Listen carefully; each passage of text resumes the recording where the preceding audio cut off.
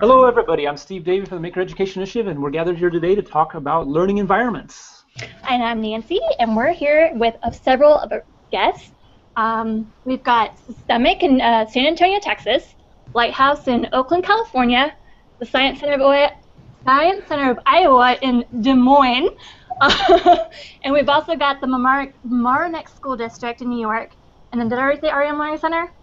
REM Learning Center in Miami, Florida. It's truly a cross-nation gathering to talk about something that's really important, this environment, the role of environments in making and creativity and that sort of thing. So we'll dive into that after we hear a little bit about the variety of different spaces that we have here. But first, we want to have programs kind of introduce themselves. Yes. And just a little bit about what you do before we go into the environmental element of things. So we're going to start over with the REM Learning Center. Hi, guys. Introduce yourself. Hi. How you doing? We're REM Learning Center. We started a maker program about a year and a half ago. It's called Play, Make, Share, because it kind of embodies our philosophy of the way that we're kind of incorporating this into the school. The children come into a different space. One of the things that we've noticed is that there's a lot of academics and rigorous academics trickling down to the lower age groups, and we kind of wanted to push back a little bit on that. Also, a lot of inspirational things that happened by going to different maker fairs and taking a few MOOCs. So we decided to start a makerspace here for children ages 4 through 9. And we're happy to be here and showing our space. Oh, yeah. Thank you Thanks, so much. guys. All right, we got Mark Barnett at Systemic in San Antonio. Hi, Mark. Hello. I have a really unique makerspace. It's on a 40-foot RV, so it's a mobile makerspace, and we have a bus called the Geek Bus. We drive around to schools and to community centers in San Antonio and the surrounding 100 miles. So we've kind of got the mobile setup, lots of boxes and carts and things, because while we can only fit a few students in the bus, we also have to set up outside of the bus or maybe in another room. So we're very mobile, very on the go. Yeah, That's awesome. Great. We got Margaret from the Hi, Mamaroneck Margaret. School District. Hi, I'm a parent involved in a makerspace in a camp experience, actually. So it serves 100 students of our at-risk students. It's actually housed in our middle school, which is both the blessing and the curse, because it has 2 very large tech rooms that are very generous, and we have really great tech tables. But it's also the building that these kids are in already 180 days of the year. So, but that's our program, is we're serving 100 kids, about 100, 120 kids, including some very high-needs special education students in a half-day camp, and we see the students for about 45-minute segments. Cool. Awesome. All right, and Allison? So my name's Allison from the Science Center of Iowa, and this is our first attempt at a makerspace. So we are brand new to it. I like to joke around that we're making our makerspace, or figuring out as we go along. But actually ours is housed in what we like to call Founders Hall. It's the big central gathering center in our museum. So we have a big balcony that overlooks it, but it's when you come into the Science Museum area, you walk past the box office and then bam, you're in our maker space. So that for us was really intentional, to have this very community-based kind of in-your-face maker place of activity.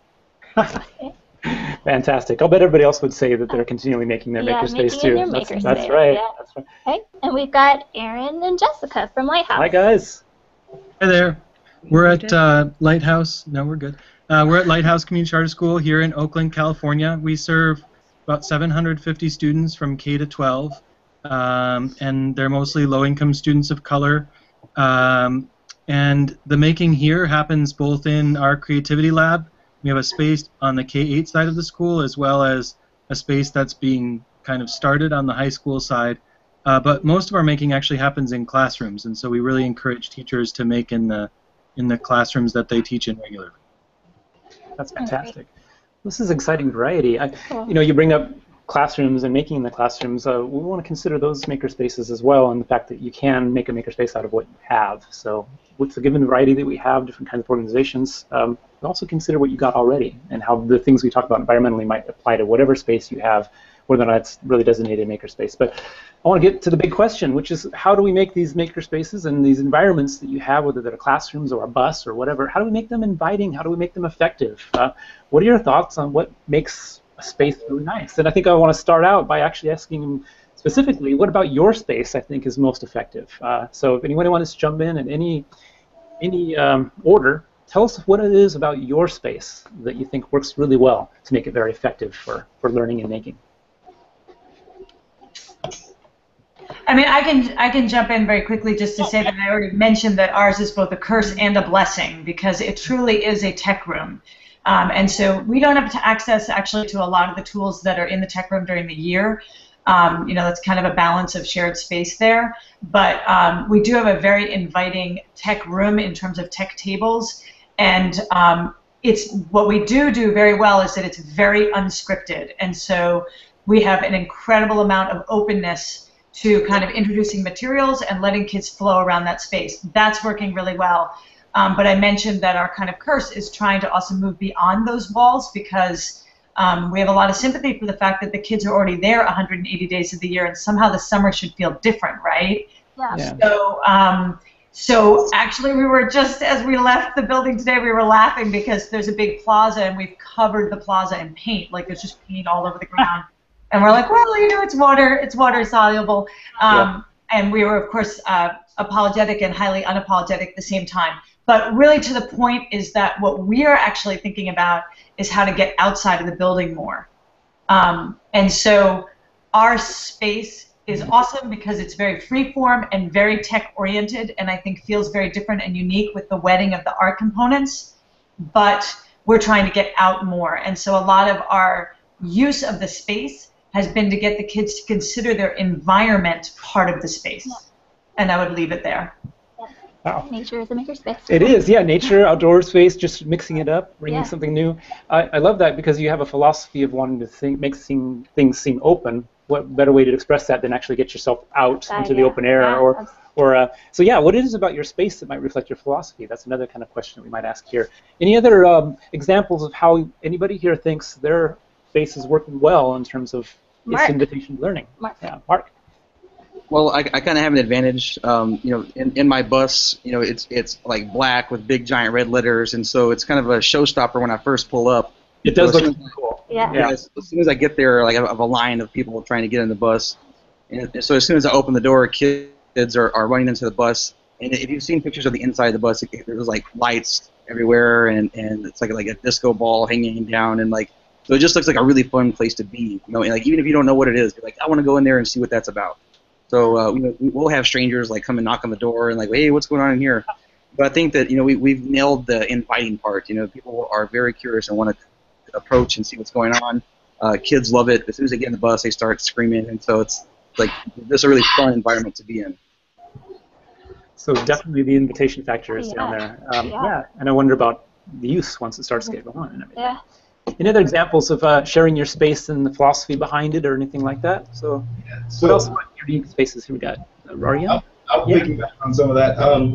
At the end of the day, one of the things that we found, we were doing a lot of making activities in the classrooms. But one of the things that we found was that, you know, the same types of problems that you guys are running into, or at least some of you are running into, about having, you know, just messy areas and having, you know, to have, for certain activities, having to have a smaller ratio of teacher to students. And so we decided on having a kind of a separate space because we took sort of the same kind of philosophy that we were taking for a playground.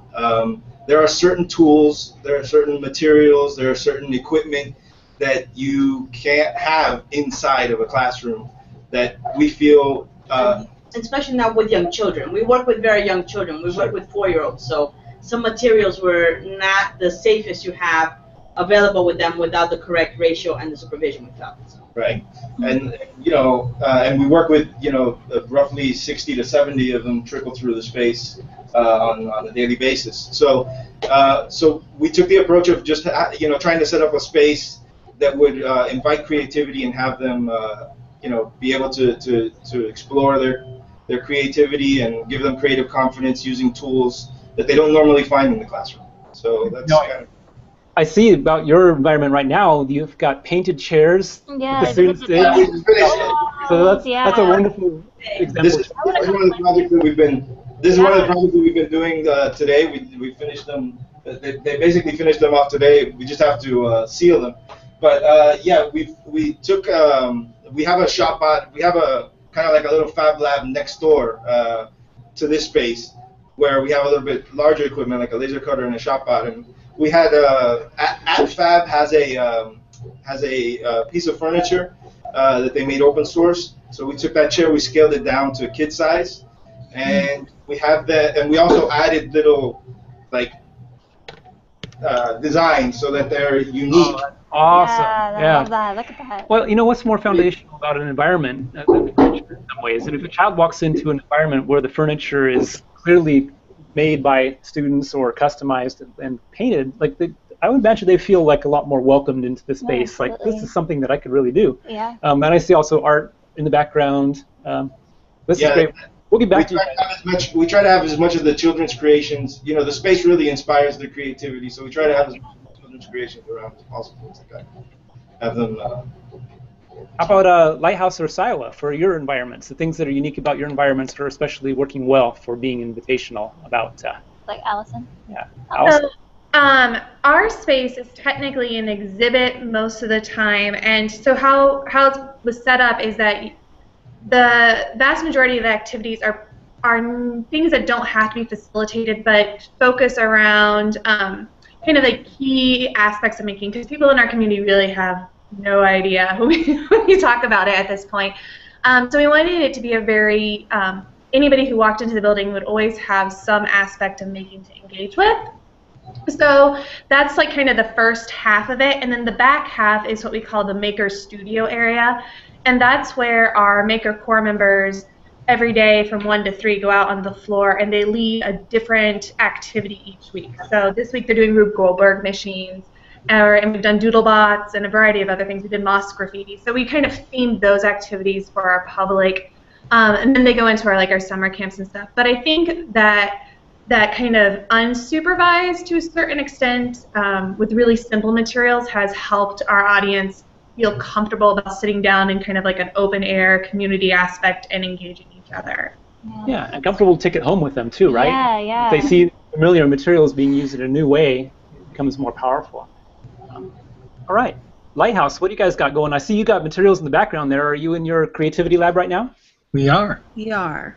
So I think one thing that we heard when we talked to Paolo Blickstein down at Stanford was that the environment that we think, kind of this shop environment, is that we think of as a makerspace, is not necessarily the most inviting.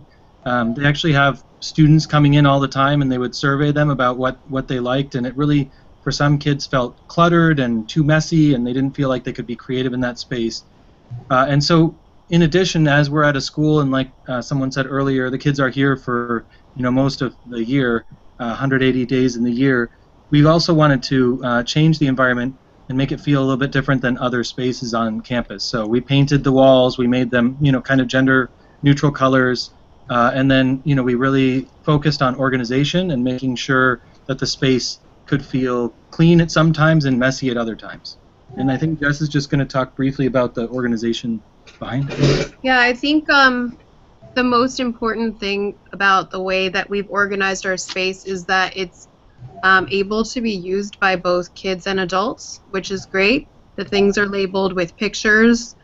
Like, for example, I don't know how well you can see this, so I can pull one. But we're also kind of considering like the age. So yeah, that's nice. It's got a little picture. It's got the age. The age is lower so that they can reach it. Both sides, because they're never going to put it back right. Okay. And they'll never get it on the shelf, but that's a work in progress. Yeah, yeah. And the shelves are color-coded with that to keep it kind of clean. And then I think in terms of the rest of the space, like one of the things that I think is the most important is that even if it's cluttered, it still looks organized. So the books are lined up, even if they're not in order by shape, or the bins are on the shelves and not all over the tables. And there are some projects that the kids can look at, I guess we can shift, as inspiration, and they can like go and use these resources Yeah. when somebody might not necessarily be available. Yeah. Fantastic. What are the We colors? have a really small room too, so Yeah. it's an ever ongoing project. Wow. So, but yeah. You just mentioned the color coding. What do the colors stand for?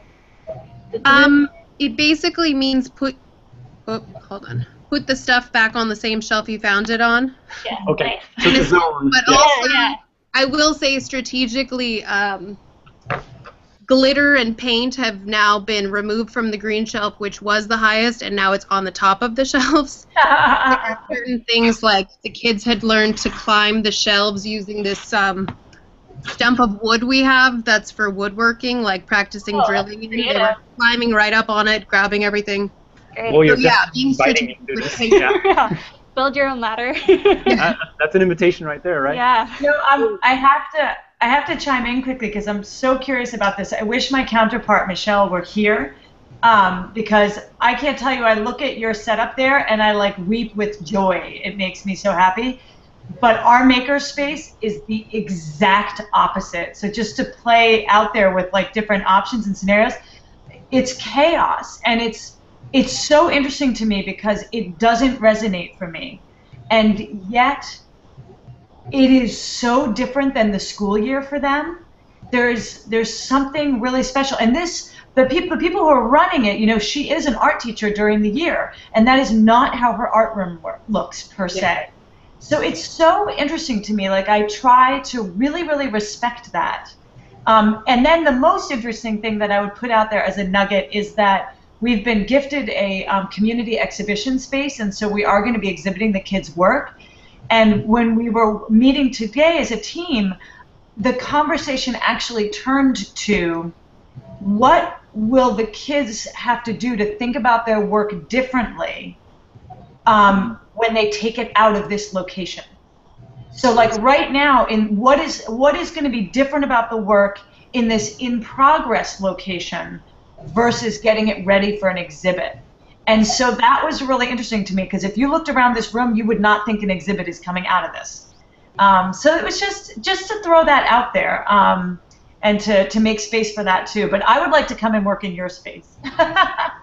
You can see all the stuff we did too on our blog. It's just lighthousecreativitylab.org, and I have we did a little training for some people about organizing your space, and there's a pretty thorough packet of info on there that you can download to kind of see how our systems work and stuff like that. And That's awesome. That's cool. Yeah, I got great resources. Yeah. It's been one of the fastest moving hangouts we've ever had. I want to kind of ask a final question here. Where would you love your space to go? What is it about your space you think might be able to change, maybe even based on the little bit you've seen here in this conversation, or what are your hopes for the future of your space or any of your spaces?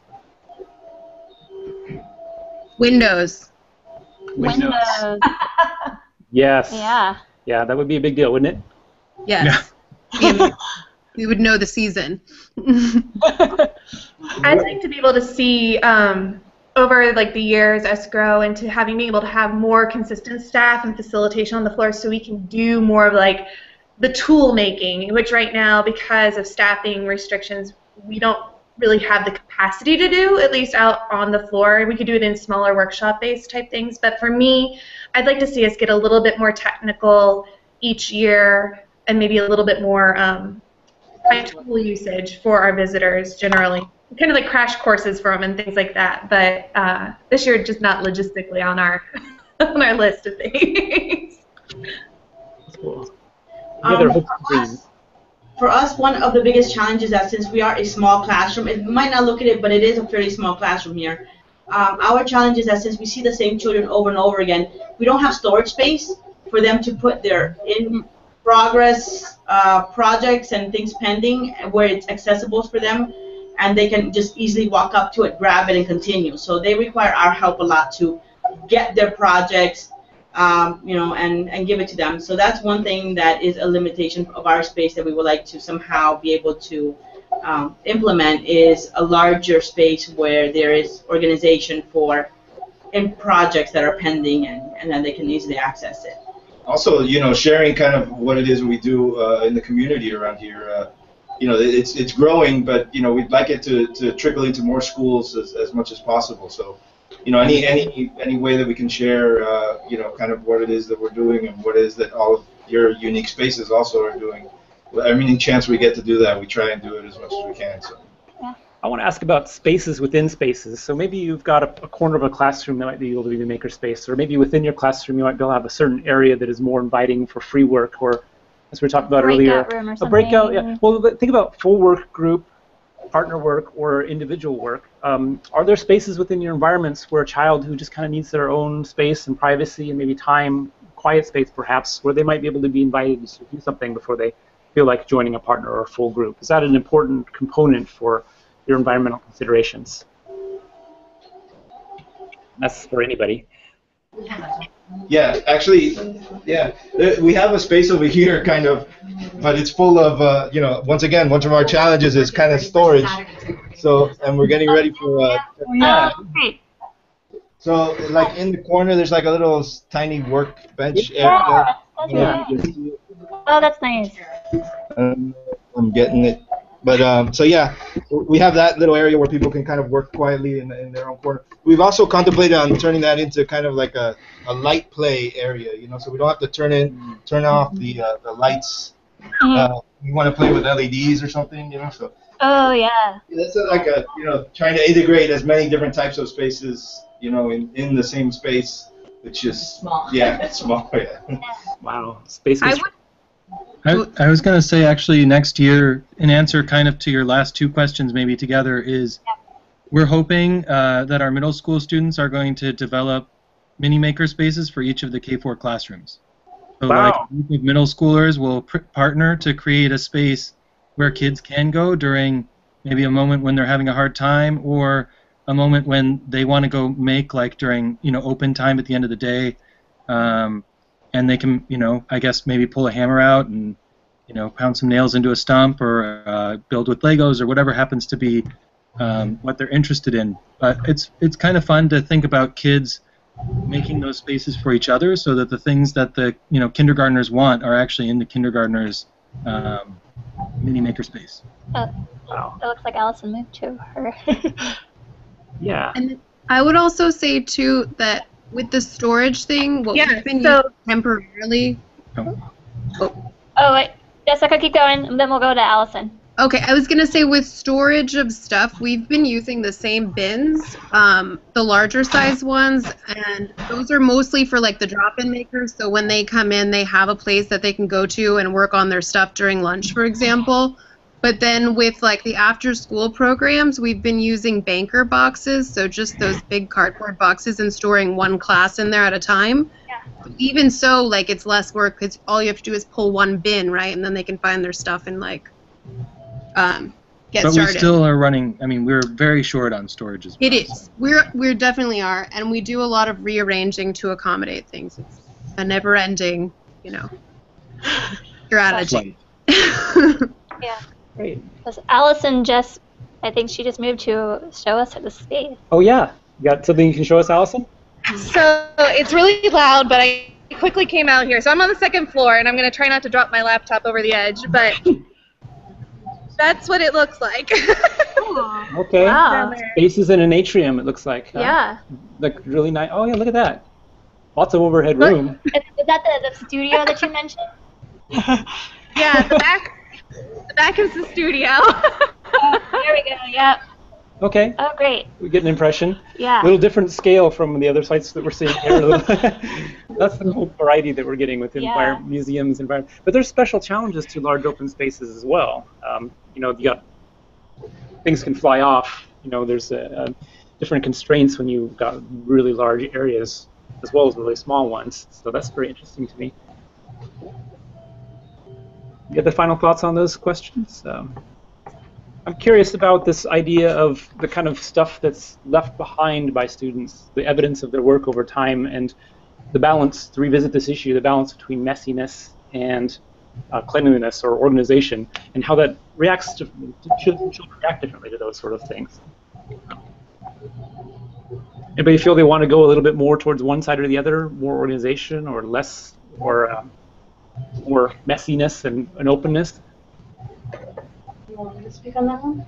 Yeah, of course. Well, I guess with us, we found that we do a little bit of both. We allow the children, while they're here, the group to be as creative and as messy as possible, but we have them clean up the area before they leave so that the next group of children who come in get to have the same type of experience.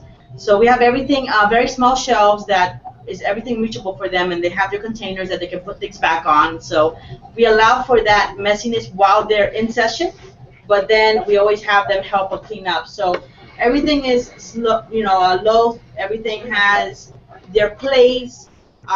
It might not be the most organized, but it's pretty close to as buckets and everything that we can have, and everything is accessible to them. But then, they have to clean up. So and they do well. They by the second week they understand how important it is for them to do that. Oh, I love that. Look at all this. Wow. That's amazing. Oh, the wind tubes. Yeah. Oh, that's nice. That is the best use. That's always an area that generates a lot of chaos. Yeah. And the kids are, and adults I imagine too, are immediately drawn toward it, right? It's just as hard to keep the kids off of it as it is the teachers, so, at times. So we're nearing the end of our time here, and I hope this conversation continues because clearly it's one we can continue longer with, but we want to honor the amount of time we said we would get you guys involved. But the final question I have is, what about spaces might invite how children can share their gifts or skills or interests with the rest of the community? Is there something about the spaces that can allow it to be personalized based on the children? Like if you come into a space and you meet, like somebody made that and maybe they can help me do it, or the kind of things, so that they feel like they're a part of the community and contributing towards it. Other factors in the environment that allows children to express their gifts and skills and things that they can share with the rest of the community. So we just we've been really struggling with not only with the mess factor, but also things being left behind and things like that. So those big cube structures we have, those are intentionally, some of them are left empty because we want to have the opportunity if a kid says, I'm really proud of this, I really want to share this, we can put that on display. We also have what's called making at camps. So our camps are consistently putting in different things they've made to put on display with little this is what I made and this is my age and I'm really proud of it, and that rotates out, and that's been really successful for us. We just are testing right now some little bookshelves that we are calling creation stations. So if you really want to put yours on display but you don't want to necessarily take it home, but you don't, it's a place where it can be a resting spot, so it helps keep the space workable for everybody else, but you can still leave something that's a little bit bigger and a little bit something to spend a lot of time on. Yeah. Fantastic. Yeah. So people have a chance to share and show their work, and you can use that as a point of inspiration or help or anything so that people feel valued. That's really cool. And I could add in two other just really quick things that are kind of takeaways for me, or things I've been seeing on the Google community that have been inspiring to me, and I don't know how we aren't going to integrate them necessarily this year versus going forward, which is simply one is in terms of ownership of the space, that lending some of the creativity toward, as you were kind of heading towards earlier in the conversation, towards kind of the naming of the space or the decorating of the space or the claiming of the space. I saw some projects involving boxes and putting letters on boxes, blinging big cardboard boxes and then letting those be movable letters, and then the kids could come in every day and express a word that they're feeling. Or so that's been something I've been thinking about a lot, or even kind of spreading out into our hallways a little bit. We get a little bit like we're this place over there as opposed to come into this place over here. Yeah. And so kind of getting into the hallways a little bit more. And so when I hear something like the creation station, what about the in-creation station? Do we have to wait until it's done for it to be exhibited? Yeah. Is another question I'm kind of thinking aloud about. And then my last question that I would think aloud about is something I think I found it on the Google community. I can't remember where. Was somebody was describing a documentation station. Oh no, it was in my tinkering class. That somebody created a documentation corner, and it was basically just white paper and a camera. And at any stage in the work, the kid could go over with their project, put it in this nice white corner, and the only requirement was that they put up a sign, this is my dog day 3, or, you know, Lighthouse project by Meg, right? And then they could take a picture. And so it was kind of investing the kids in the documentation of their work along the way. So when you asked about other things that I would do in the environment, I'm really into this idea of making them responsible for documenting their work.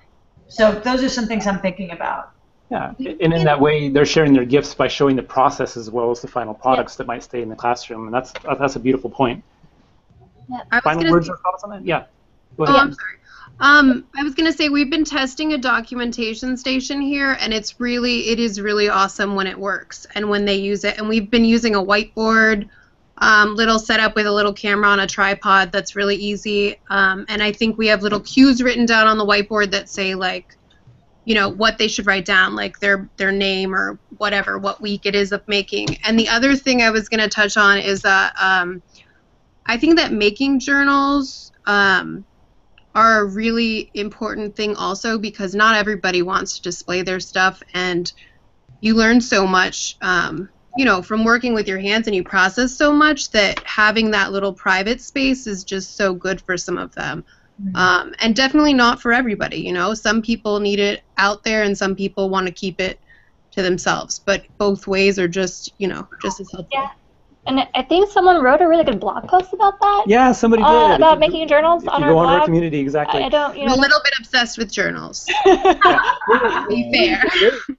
Your point is a great one there, because it does honor the children that want a little bit more privacy versus those that feel comfortable about displaying the process of the materials or what they're working on or their final product. Is you can actually invite, like, can I peek at your journal, or do you want to keep this to yourself? That is part of the environment that makes the child feel more welcomed and included, is if they feel like they can have something that's personalized and private that involves their work still, that you can look at and take a peek at, that doesn't necessarily have to be out there for everybody to see. So having those options, I think, would be really important. Yeah. So it's almost like psychological space and privacy as well, the virtual space as well. Yep. Glad you brought that point up. Yep, absolutely. Cool. Well, unfortunately, we're out of time. Are you the time cop? I am the time cop. Oh, man. Time out. Yeah, to be continued on the community, how about? And for those that are not affiliated with Maker Core in a very direct way, please come back and continue to comment on this thread, and we'll address it again in the future in different ways. Yeah, absolutely. So thanks for joining us. Yes, and thank you to the REM Learning Center and Systemic and the Margaret from the Mamaroneck School District, the Science Center of Iowa, and Lighthouse. Thanks, y'all, so much for joining us, and this was really great. All right. If you guys don't mind hanging out for just a tiny little debrief after we end the broadcast, we'll see everybody else later on for future hangouts. All right. Thank y'all so much. Bye-bye, guys.